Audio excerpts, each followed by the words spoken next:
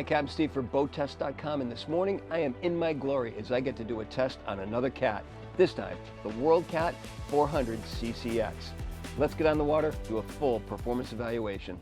In the cockpit deck, there are two hatches that expose two Seakeepers, a Seakeeper 2 to the port side, a Seakeeper 3 to the starboard side. Now, why a 2 to one side and a 3 to the other? Well, that was actually engineered by Seakeeper to give them the roll reduction that they require while keeping the price down. Without the Seakeepers in place, these would be fish boxes. Operational features continue with the two aft hatches in the cockpit deck. Let's look at the port side first. We have a sea chest, eliminating the many through-hull fittings that we usually see.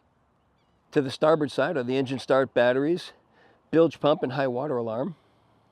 To the sides, there's a safety factor of 27 inches to the bulwarks in the 9-inch cap rails inside the cap rails, and notice how they run from midship all the way to the bow. Coming forward, there's a minimum of 24 inches between the console and the side deck, and that brings us to the bow. Fully forward, there's a center hatch.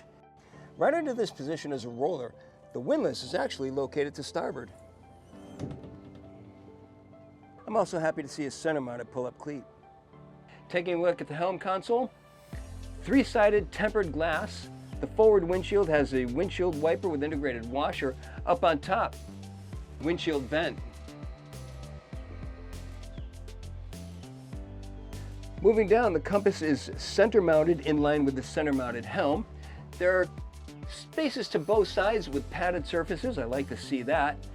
Connectivity wouldn't be a bad idea up here. There's a soft touch dash, and then below the panel starts with 3 air conditioning vents connected to the 8,000 BTU air conditioning system. Multifunction displays go with 2 22-inch or 3 17-inch displays. Digital waterproof switches, all just below a nice wood panel. The steering wheel mounted to a tilt base. Best of view display just to the left of that. The JPO joystick, the digital throttle and shift, glove box storage to both starboard and port side. I like that there are padded bolsters for the observer positions, and 2 levels of footrest just below that. Up above, there's an E-box with a Garmin speaker alongside and the Fusion stereo. There are 3 helm seats, the operator, of course, being in the center.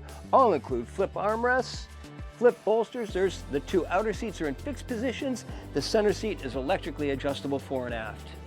Just below, there's a drop-down platform that will elevate the operator 4 inches off the deck. And just behind that, there's an access panel to the house batteries. At the back of the head compartment, we have the breaker switches, and then just above is access to the area behind the helm. Available engine packages include quad 300s, twin 450s, or twin 600 horsepower V12s.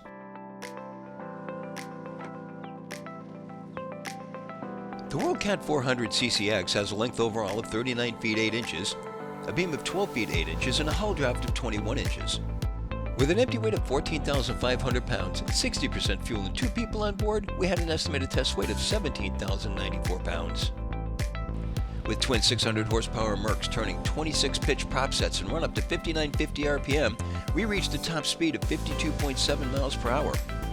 Best cruise came in at 3,000 RPM at 21.4 miles per hour.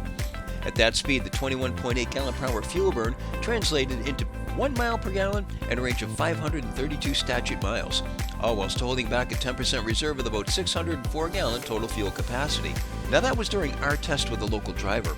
Mercury Marine also tested the same boat and power package at their facility and reached a top speed of 57.3 miles per hour, and a best cruise of 33.5 produced a range of 599 miles. In acceleration tests, we reached planing speed in 4.5 seconds, almost at the same time we reached 20 miles per hour. We cruised through 30 miles per hour in 6.7 seconds and 40 in 10.8.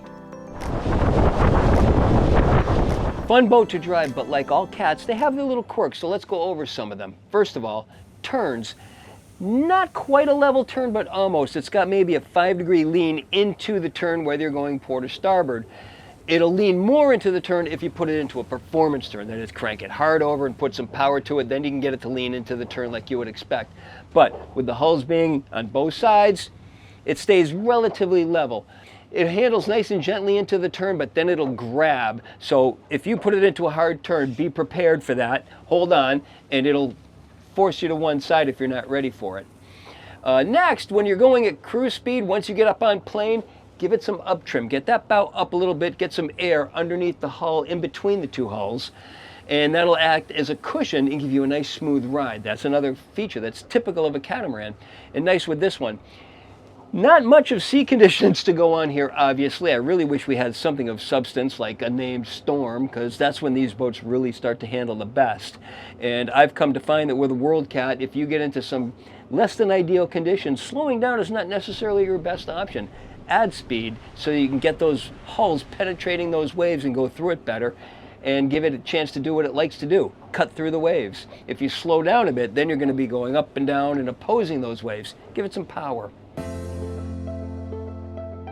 One thing to always keep in mind when docking a Cat is there's never a slide factor. You have to drive the boat up to the dock.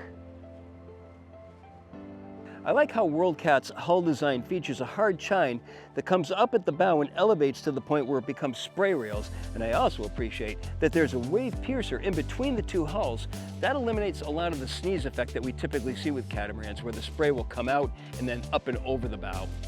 She's got excellent handling characteristics and the stability that only a catamaran can bring, all coming together in the World Cat 400cc.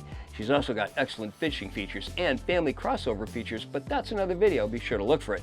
For now, this is my full sea trial and performance evaluation of the World Cat 400cc-X. For BoatTEST.com, I'm Captain Steve. We'll see you on the water.